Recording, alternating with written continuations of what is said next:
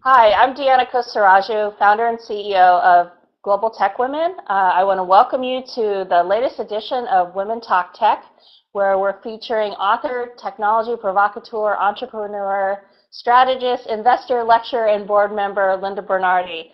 I could take the next hour just talking about Linda's great accomplishments, but one thing I know for sure is that Linda always gets me thinking about what's possible, taking it to the next level and how we as individuals can disrupt a culture in order to provoke innovation in an organization, in groups that we're working in our everyday lives. So I want to thank Linda for being here and sharing her thoughts with us about what it is to create an innovative network, how to create an innovative culture using disruption. And so, Linda, I'll leave it over to you. Thank you. Well, welcome everyone. Thank you, Deanna, for that wonderful introduction. Equally so, for those of you who may not know Deanna's background, I've now known Deanna going on over 10 years, where she was instrumental in growing the Anita Borg community from a small group to a very large group, and in particular in the expansion of the Anita Borg Grace Hopper events into India. And when last year Deanna told me that she was starting this forum for global technical women, there were a few things that were very interesting to me. One is the emphasis being global. Through virtual collaboration, we are now all part of one. So we have participants now from all over the globe on this call, and that's wonderful because we're connecting together on a forum. Technical, because technical women are outnumbered by men, right, by several fold. So certainly we need to stay together, and the women aspect to make sure that we focus and are able to expand the careers and objectives of women. And so before I get into Provoke and who I am and what I do and what Provoke is all about, the cartoon is very apropos because I was in a board meeting 2 days ago where I'm typical boards, they're 99% men in tech companies, and there may be one woman. In this case, I was the woman, and a board member happened to mention, you know, you're just a little too driven and you're a little bit too focused. And I just didn't even know how to interpret that, right? I mean, here we are, we have a company, it's driven and everybody's driven, and I had to actually stop and say, what is exactly too driven, right? I mean, is there a gauge? Is there a barometer? Did I just go over that? Should I stop when I get there? And not to be cliche, but it's actually an issue that women do face in corporations. When you are really driven and you're pushing, that's because you're fantastically encouraged about what you're doing. And it's not because you're pushy and you're walking over people, but it's really a challenge, right? So women technologists, when they're really focused and they're trying to get there, there are issues. When Marissa Myers took on Yahoo, there were a lot of commentaries going around. Oh, she's too hard. She pushes people. She's going to drive people nuts. Oh, on top of that, she's having a baby. And you know, so it's interesting, right? So what I'm here to say that, number one, as women technologists, it's extremely cool. All of you on this call, you've chosen a career track because you're A, super intelligent. B, you've decided you wanted to go in a field which, hey, look around you, wherever you're sitting, you're probably outnumbered. And three, because of that, you actually have an upshot to designing your career where you want to go. So with that backdrop, I'm going to jump into a presentation of Provoke. And what I'm going to do is I'm going to walk you through just some of the concepts of who I am, where Provoke came from, and what are some of the things that we're trying to achieve. First of all, this is all around disruption and innovation. So I invite you to talk to me through #disrupt, #provoke, or through Global Technical Woman. And also, if you go to www.lindabernardi.com, you'll find blogs about a lot of these issues. Participate. Let's raise the volume. Let's put global tech women in the forefront of having some of these discussions. In discussions, unless we disrupt, we're not going to innovate. So don't be afraid. Bring up the topics. And when we talk about disruption, there's probably never been a better time for disruption and innovation. We'll talk about all the different disruptions that are happening, but I'm called a disruptor, a provocateur. This is my title. So when I go into companies, I'm brought in to bring an outside-in perspective, working across the engineering lines, executive layers, looking at how a company is going to disrupt and change what they introduce to the market. So allow me just to share my background with you. My academic background is graduate degree in mathematics. My focus has always been, continues to be, large-scale data. Now it has a name, big data. And my passion is around analytics around data. I started my career in a think tank, BBN. I've worked with a lot of thinkers over the years, and I'll talk about some of the areas of disruption. Because as you think and innovate, and this is something that I encourage each of you, wherever you are, don't stop thinking about your innovation, your ideas. The fact that you're technical women in big companies doesn't stop you from innovating. You are still really an entrepreneur in a big company, so I encourage all of you to do that. I've worked across a lot of different sectors: defense, pharmaceutical, semiconductor, retail, consumer goods. Over the 20 years, it's really allowed me to get a perspective of how does innovation change across large global markets around the world. And in 2001, perhaps my own personal biggest journey in disruption was looking at what happens if we take away barcodes and we replace them with radio frequency identification. Remember, it's 2001, industry is 100% based on barcodes. So how do you go to the likes of FedEx and Procter & Gamble and Pfizer and say, let's disrupt your barcode technology, bring RFID, because RFID allows me to know where every piece of data is at any time. It also opened up my personal entrance into what's now called big data and cloud computing, because we had to design systems to manage billions of pieces of data coming across RFID.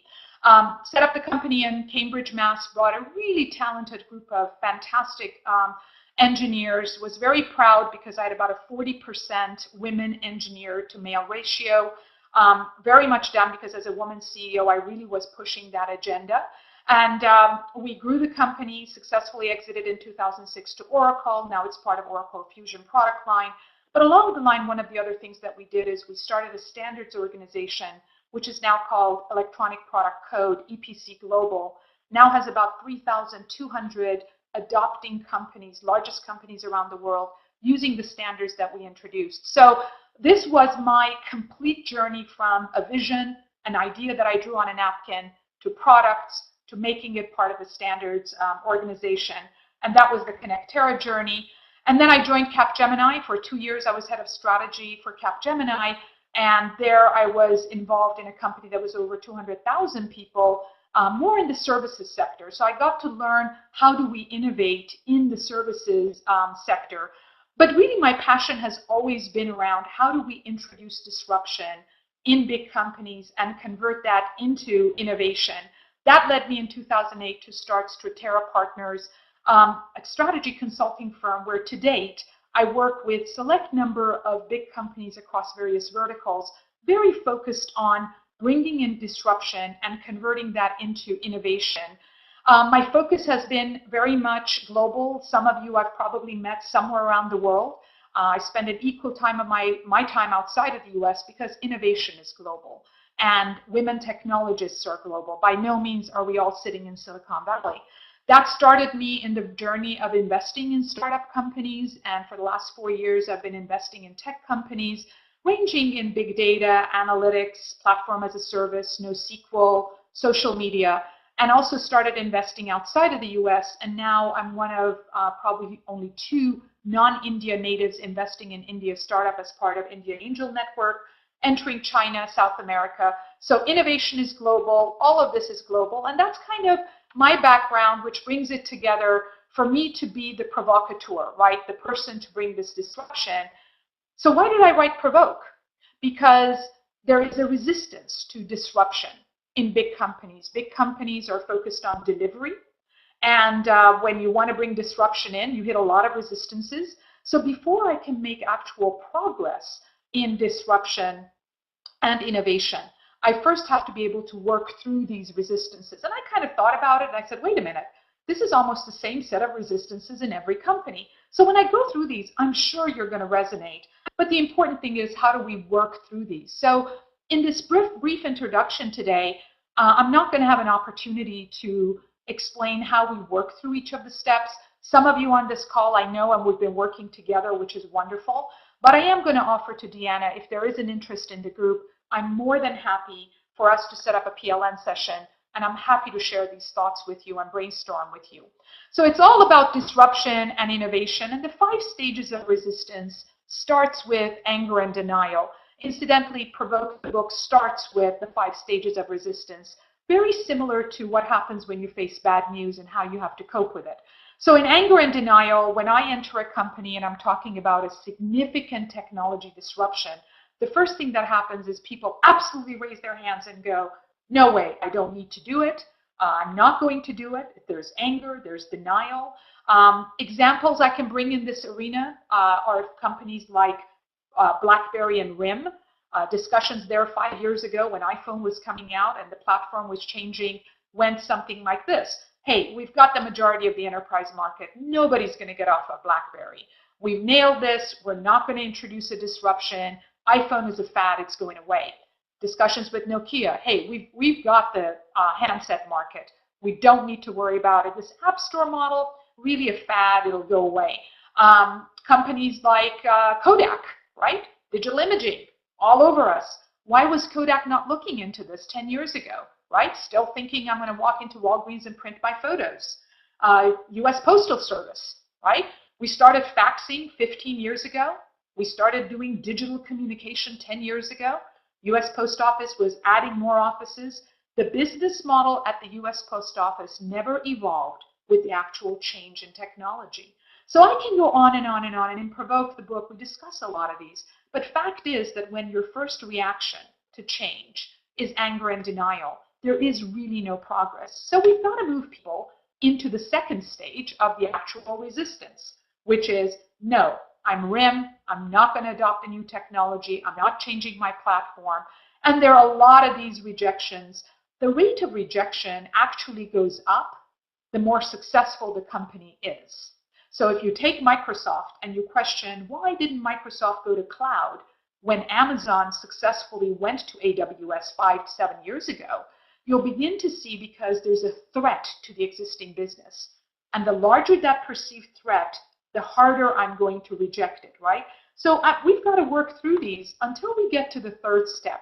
Eventually, for some companies sooner than later, we get into the recognition phase, which is, wow, I realize I've got to change my model. Now, recognition, for it to be genuine, has to have a business model. So recognition isn't suddenly RIM introducing a slate and something to quickly compete with iPad, right? Because it doesn't fit into the business model. The communities, the markets aren't ready for that. It is of no consequence. The same way that Amazon trying to get out of, for example, introduce an iPad-like device may or may not have been the right strategy. So recognition only works with a plan, with a strategy, with an understanding that my core business is changing. So each of you participating in this call come from very large companies. So look at your business and see that as you're beginning to sort of evolve, there has to be a plan. One of the areas which is really chapter 6 that I talk about is the acquisition delusion. The delusion that I'm going to suddenly evolve if I just go ahead and acquire companies, right? Without a plan. So when Microsoft acquired Skype, the question is, what's the plan? How is that evolving the company? Acquisition at times can be a great way to bring in and integrate new innovation as long as there's a plan. Otherwise, what happens is companies become like conglomerates, where many, many years post-acquisition, old acquired companies are still referring to themselves as that company. Reminds me when I'm sometimes still sitting at HP, there might be an ex-Compaq person still thinking of themselves as Compaq. Now, Compaq went away, what, 8, 10 years ago? So the only way to change that culture is with a plan. So recognition only works with a plan. And finally, when we get to the next stage, that's when we're excited, right? Because we're now disrupting, innovating. We are jazzing up not only the internal part of the ecosystem that we'll talk about, but also the market. And that's when the market sits there sort of gasping at what iPhone 5 is going to have and what mini iPad is going to have and what's the next feature on AWS and how is Box.net going to change, right? So that inspiration is both internal to the company as well as external. And finally, we get to the fifth stage of resistance and disruption, which is the acceptance and action. Because it's only then when I say, you know what, if I'm really going to disrupt, I need to have a plan. A number of you on this call are actually from companies that I work with very closely, and we've been on a journey of disruption together. We know that we have to go through these, and I invite you for a moment to think internally in your organization about individuals or groups that are very resistant to your innovation ideas, and think through how you have to work through that in order to bring the innovation forward. Sometimes this resistance is paralyzing, right? And that's when you go, yes, that's why I had some great ideas and I really didn't pursue them because I didn't get the support. But often we find that we can work through them. So Provoke is really the journey of introducing the disruption, but also recognizing that these changes are necessary and we need to go through them, which then brings us together as part of the entity, the culture of disruption. So any of you that have attended my talks or we've met, you will have a membership card from me. This is your culture of disruption membership card. If you want me to mail one to you, please send me an email. I'm happy to do that. This is sort of your ACLU card that says, I'm an active member. I'm a thinking component of this change, of this culture. Now, in the culture of disruption, one of the things that we see, and I invite you again to think about these things and as it applies to your company, disruption kills complacency. When I bring disruption, I can no longer do nothing or do the same thing because naturally I'm doing something differently. In pages 74 and 75, I talk about the barriers to disruption and innovation. I invite you to sort of read those and see if there are parallels. Everybody has to participate. So I can't be the only member of the culture of disruption in a 150,000 person company and expect change. But we find the ripples grow into bigger ripples and adoption occurs. So disruption brings innovation, which leads to excellence. And we'll come back to sort of this concept of disruption innovation. But I wanted to take a quick moment and just put in a couple of things that might resonate with you just within the infrastructure stack, the innovation disruptions that have occurred over the last 5 years. Virtualization, infrastructure as a service, app as a service, platform as a service, data as a service, the emergence of big data, unstructured data, Hadoop, NoSQL, data science, social media, social enterprise. So here's the news flash.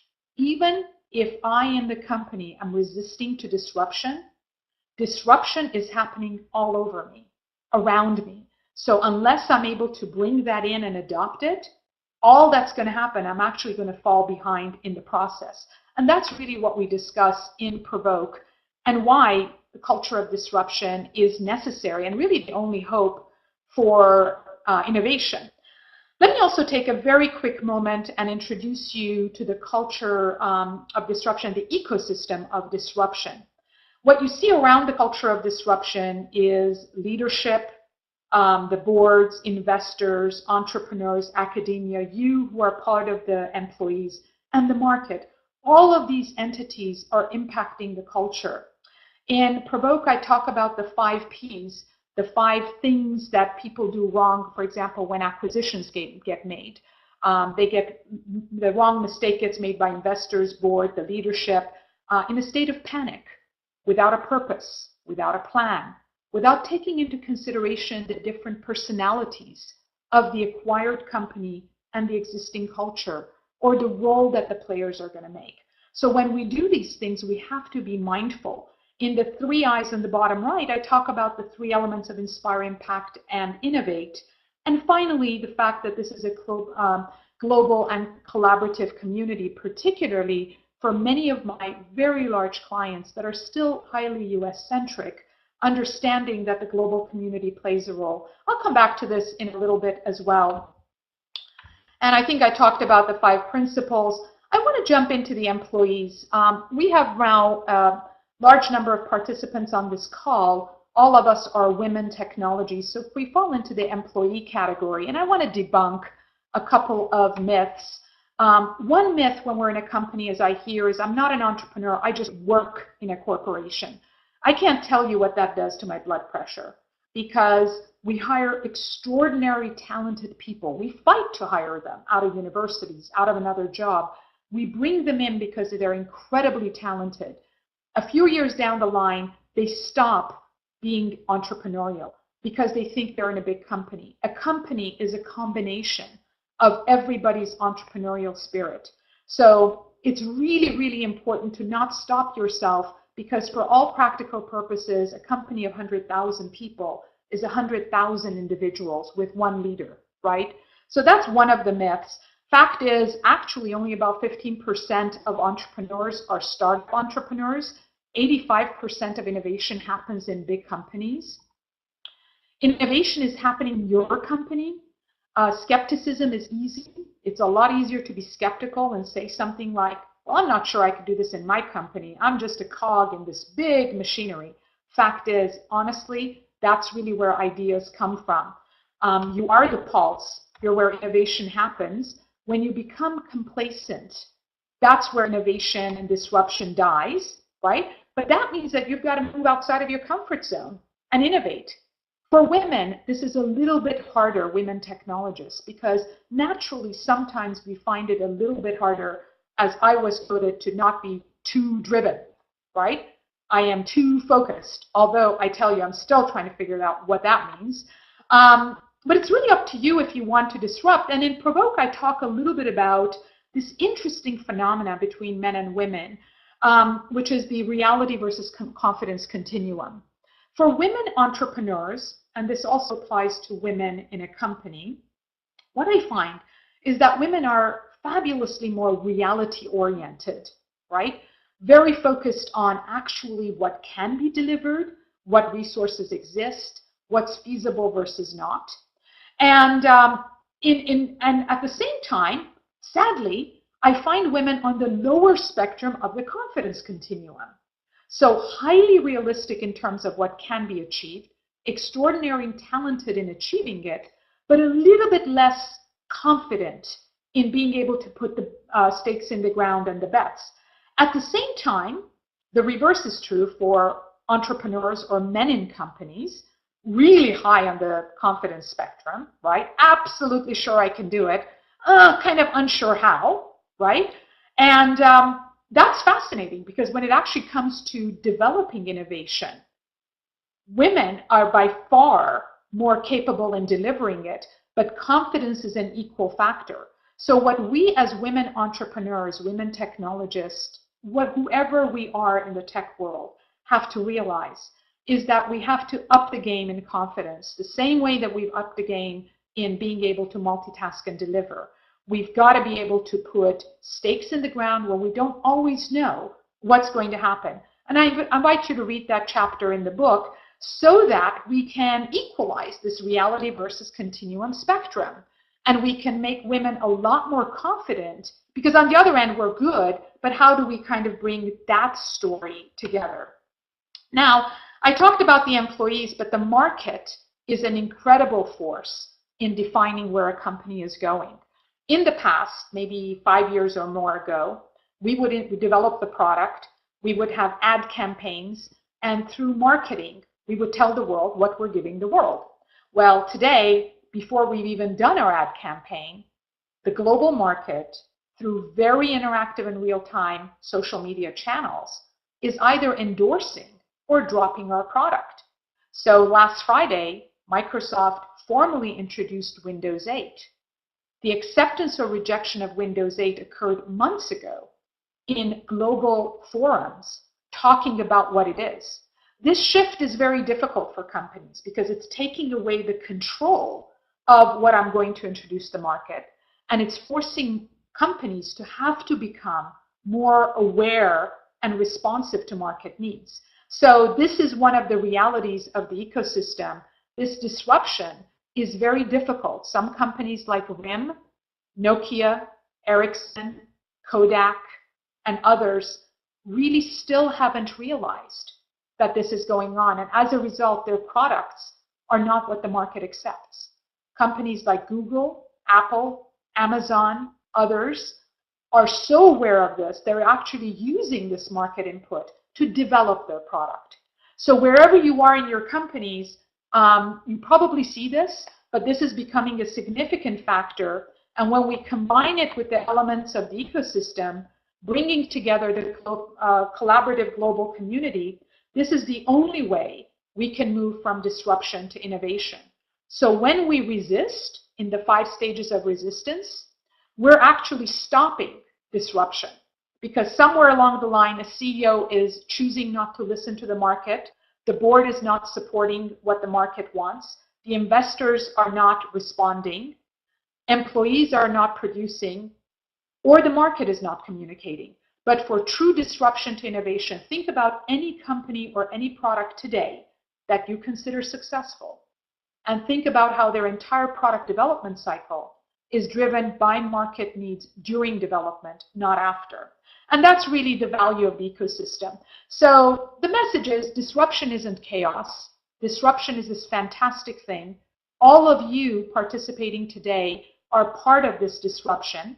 Disruption is necessary. If we choose not to disrupt, we can't innovate. If I can, help any of you in the companies that I'm not working with, let me know. Let's raise the dialogue. And really, it's about whether we're ready to have this discussion. And this is kind of just a glimpse of Provoke, disruption, and innovation that I wanted to share with you. And now I'm going to just find my way back to the presentation and say hello to all of you. And that's just a wrap up, Deanna.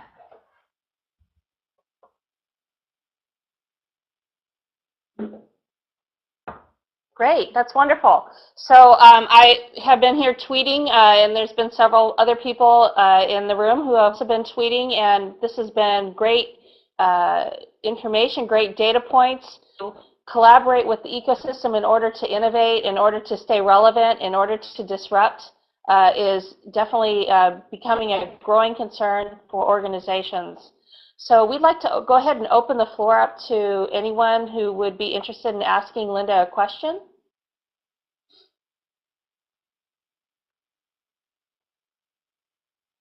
Well, and I invite you, if it's not a question and it's a comment, throw it out there. So Linda, I'd like to ask you a question while we're waiting for others to respond.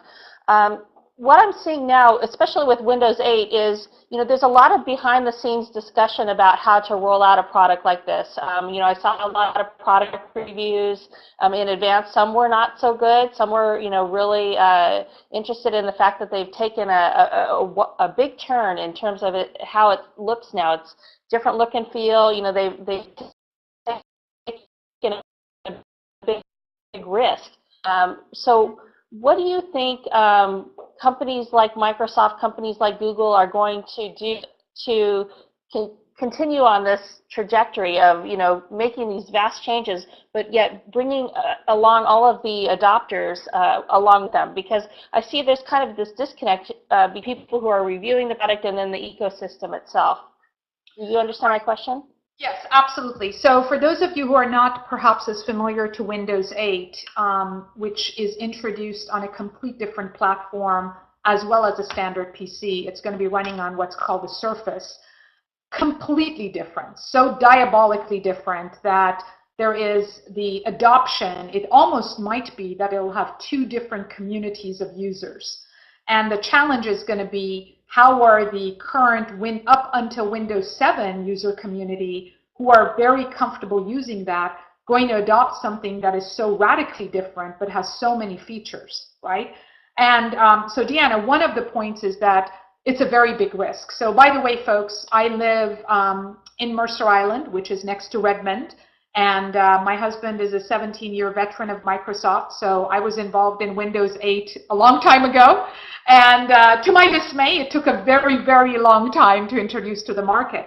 So there are a couple of challenges. It's going to be questionable whether existing Microsoft customers migrate immediately, simply because the look and feel is so different. But at the same time, I can see myself as being a dual user.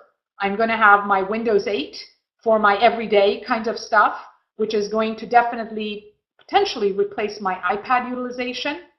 But at the same time, I'm still going to be sitting in an environment as I'm sitting right now, where I'm really, this would have been difficult to do on a surface kind of environment. So number one, it could actually create two different user communities, not unsimilar to Apple introducing the mini iPad at the same time that there is iPad. So let's do a reality check. Most of the people that I deal with come into a meeting with an Apple laptop, an iPad, and an iPhone. And they turn all three on at the same time. As of last week, now there's a mini iPad, right? Because it's a status symbol. I'm going to walk in with as many Apple devices as I can, because that's going to make me look really hip. Now, ironically, I'm looking at my email 4 times. Personally, I tend to forget where I responded. But in the case of Windows, it's actually probably going to be dual utilization as people migrate. And it's going to be a long time before Windows 7 goes out of circulation. But it does definitely represent a risk, right? Because it's going to be difficult for people that are going to be on the sidelines saying, do I go and get Windows 8? Or do I continue using 7 for a long time? Secondly, all the back-end products that were running on Windows 7, they're not necessarily yet available in Windows 8. So I can't migrate. And one of these super cool features, which if you don't know, I want to bring up with Windows 8, is that you can take your entire desktop, download it on a drive, leave your office with a drive, go to any PC in the world, put the drive in, you will have your desktop completely secure. You can run your desktop in a hotel PC, which is where I am most of the time. When you're done, pull out the flash, and you have your desktop with you. And being able to address such a complex security element is a huge accomplishment. That hasn't yet been discussed in the market. This is going to be one of the ways of bridging the gap between 7 and 8. I hope that answered your question. Absolutely. It's fascinating to me, and it's going to be an interesting story to watch as Microsoft continues to roll out their product. The next question I wanted to ask you was the story that you brought up at the beginning, and this is something that I've had happen to me in a different version as well, which is you're in a room, you're really passionate, you're talking about the future, and somebody makes a comment such as the one that was made to you about, you're too passionate, you're thinking, you're trying to get this done, and obviously, this could be taken as a huge compliment, which I always take it as a compliment, because if I'm going outside of my, gender stereotype, I feel like I've made it, right? But also, a lot of women on this call and as they watch this recording also might have had this experience and they didn't take it as a huge compliment. What are some suggestions you can offer to these women about, what advice would you give them about not taking this personally and how they can continue to be passionate despite these types of comments? Very good question. So first of all, as we, in one of the things that I do when I work with groups of women in disruption innovation, we go through about a half a day of what Deanna just called not taking it personally. That is both as women our asset and liability. It's our asset because by taking things personally, we are overachievers. We do things perfectly. We tend to not cut corners, right? That's the positive side. On the other hand, as women, we don't have the ability, and I'll come back, Deanna, specifically to the question you're asking, but I want to point out that one of the negatives of us taking things personally is we're unable to sit in a meeting and have somebody tell us, I think your idea is bogus, I totally disagree with you, raising their voice, and 99% of women will retreat, right? Yes. Whereas, so to go to your question, in the circumstance that I was facing, it was necessary for me to actually turn around and say, can you explain what you mean by being too driven? Because we have one goal in this particular instance, we're selling the company, and we as the board have to make the decision. There is no such thing as being too focused on that objective. The objective, either we sell or we don't. So number one, with a lot of comfort, without body language, to be able to confront the person with confidence And confidence at the same time means not raising one's voice, even if the other person is, not having gestures that show that one is defensive, though you really want to, resembling wanting to smack the person, right? But trying to resist that for a moment and kind of thinking that, okay, this person is testing and also becoming political. So you basically ask the question, well, I'm curious to see by what you mean by being too driven. And I'm curious what your plan is. So then turn it around and ask them for their plan. Now, either at that point they have a really firm plan or they don't. Most of the time they don't, because people tend to attack the other person when they don't have a plan. And if they do, you can go at it. But be comfortable that you can actually argue the point. An argument is not bad. Argument, intelligent argument is not having a confrontation. It's being able to discuss the point and have the resolve to win your point. At the end of that particular call, I was very happy because one of the other board members jumped in and said, and I quote, "If it weren't for Linda's determination, the company would not be selling." So at the end, that right point will come out. You just have to be willing to fight the fight in a very positive way and not shy away from things that may result from that. Thank you. All right. Well, I cannot see if anyone's typing any questions. So actually, somebody is typing a question. So we will wait. Coming up, Deanna, chime in because you've certainly been in the same situations. Absolutely. And as we're brainstorming, I'm kind of curious to hear your thought. How do you deal with the same thing? Well, and I shared this a little while ago with Linda. When I was in India and I was first talking about creating a community of technical women, creating a global community where technical women around the world are networked, that they're inspired, that they are receiving the information they need to receive when they need to receive best decisions for themselves. A male executive, Indian executive, looked at me and he says, "Wow," he says, "you really have big ideas for a woman." And I just looked at him and I put a big smile on my face and I said, "You have no idea how big my ideas are." And this kind of took him used to being responded to. And so from that point forward, I think he had a lot of respect for me. He may not have agreed with me. But from that point forward, he definitely was listening intently to what I was trying to do. Excellent, excellent. And I think, you brought in a question earlier about not taking things personally. When these situations come up, they're business discussions. They're not about you. They don't reflect anything negative about you. It's just one person's opinion in a business setting. So we need to bounce over that. All right, let's jump into questions. All right, so Nicole is asking, any tips for infecting a company with a culture of disruption? And boy, this is really relevant for all of us. And it's not just a company, but just groups of people. So you're sitting in meetings, you just seem to be going through the same motions over and over again every year, these planning meetings. What are some of the things that people can do to create a disruptive culture? So a couple of things. First of all, a concerted effort to recognize why we need to disrupt, right?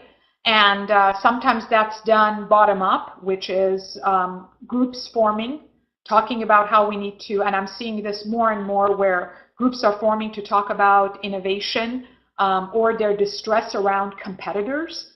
What are other competitors doing that they're not doing? Why they have to disrupt? So one approach tip is form a group, make it a known entity, and start the agenda, become a disruptor, and begin to infect others with the necessity. And I'm happy to talk to any of you that want to have more guidelines on that. The second one is approach your CEO of your company. Talk to them about the necessity to disrupt and make that become in parallel a top-down agenda, right? Every CEO today, and I cannot overemphasize this to you, every CEO, and I will say the most, if all of us think for a moment, we're not going to name the company, but let's say probably the biggest tech company in the world, the one that started innovation, right? So a couple of light bulbs are going on. That company is worried about innovation. the CEO of that company is worried about innovation. Because wherever you are today in your product line, unless you disrupt to innovate, you're going to fall off the cliff. And CEOs actually see that. They see that right now they're doing great, they have got cash cows, but unless they develop new product areas, they're not going to be in business. The second point why CEOs are interested is prior to Apple, honestly, as a computer company, becoming a music company, becoming a phone company, becoming a laptop company, and a pad company, we had very good standards where a computer company was to be a computer company, right? Now, every company wants to be a different company. Well, how are you going to do that? How are you going to be like Amazon, where you're a bookstore, a retail store, an infrastructure as a service store? That's because somewhere along the line, a core group of people had the what if. That's the tip. They said, what if we go try this? By the way, 6 years ago, AWS was a project by a couple of engineers who took a bunch of servers on a Saturday, said, what if we open it up to people? And we got together, had coffee in Starbucks at Mercer Island. They opened up the servers. It crashed at night. And they said, wow, clearly there's a business in this. That's where it starts. So the tip is, if we're waiting for a nirvana moment where some magic is going to happen and suddenly we're going to disrupt and innovate, it's not going to happen. It's active, deliberate. It's onto us as it is onto the management and everyone in between. And all I can tell you is that that fever is rising across the board in all companies. Great. You know, something I would add to this as well is, you know, you can even start small. You know, when you're in a meeting and everyone's agreeing and you have that groupthink mentality where everybody's thinking the same thing, you know, they've bought off on the plan, ask them, you know, what would it take to move this deadline up 6 months? Or what would it take if we added 3 zeros onto the end of this? And what you'll get is everyone will go, oh my God, we don't have the resources for that. We don't have the budget for that. But then step back and just, you know, be calm about it and say, okay, I understand, you know, your concerns, but what if we had unlimited resources? What if we had unlimited, you know, opportunities? What would it take for us to get to this point? And so once you start... Deanna, is exactly the fact that you used what if 4 times in that sentence. Changing how our dynamics in meetings from review and PowerPoint presentation to what if discussions. Yes. Those 2 words change the pace completely. And you'd be surprised how rarely people walk into a meeting under their delivery pressures of delivering their targets and all the pressures that actually the word what if is used. So to Nicole, maybe the easiest tip is what if a few times in a meeting, right? I mean, that's one of the ways we can change it. You'll really change the tone of the meeting at the very basic level, and that will infect you know, disruption into the process, and that's a great place to start. Exactly. Exactly. All right. Well, I think we're wrapping up, Linda. Thank you so much for all of your words of wisdom. It's been an amazing journey through this discussion. I've learned a lot. We've tweeted a lot. If you have any further questions, please feel free to email us at info@globaltechwomen.com, and I will be sending out a survey to all of you asking you for your feedback and also some suggestions for future speakers and topics. So we look forward to seeing you next time. And Deanna, thank you very much for the opportunity. Might I invite you to talk about the March 8th event, because it's a great idea for folks here to kind of think about what's going on there? Good idea. Absolutely good idea. That's another way that you can spur a disruption is, you know, always, you know, respond to somebody's comment with, you know, a good idea and really mean it though. I mean, don't just say it just to say it. But it really helps to get them thinking that they're on the right path, and so it creates a great dialogue. So on March 8th, 2013, which is International Women's Day, we're holding a conference called Voices. It's a global conference which will be held in a 24-hour period following the sun. It will start in Australia. We're working with groups in China, Japan, Singapore, India, the Middle East, Africa, Europe, you name it. We're following the sun. Both organizations and individuals will be able to present their work. You can participate both physically if you're in the neighborhood and you're near an event close by you, or you can attend virtually. And we also would really like you to participate as a presenter. You can talk about your work, you can present your research, a technical poster. Maybe you're working on a project with someone, even groups of middle school girls who are working on a project of their own are presenting. So it's a huge opportunity to see and to be seen what global technical women are doing. And so there will be more information coming up on our website on how you can participate. And so thanks, Linda, for mentioning that. I appreciate it. Absolutely. And I invite all of you to be part of the movement and use Global Tech Women Forum as a way to start networking with other women, and particularly women around the world. And it's a great opportunity on March 8th to be a part of it. And I have goosebumps, and I can't wait for it. Yeah, it's going to be wonderful, and we're talking to organizations who are talking about linking, there are 29 offices around the world, but we're also talking to schools about how they can collaborate. There's a school in India that collaborates with a school in Australia, and so they're talking about having a presentation across the two regions. So, there's so much opportunity to connect globally and to really find out what's going on in the world for technical women and how you can be a part of the conversation and add your ideas and your disruption to the challenges that technical women face globally. Awesome. Looking forward to it. Well, thanks everyone. Thank you for joining us on Provoke Live Network. Thank you, Deanna. Thank you, Linda. As always, you're amazing. All right, thanks everybody. See you next time. Bye. Bye.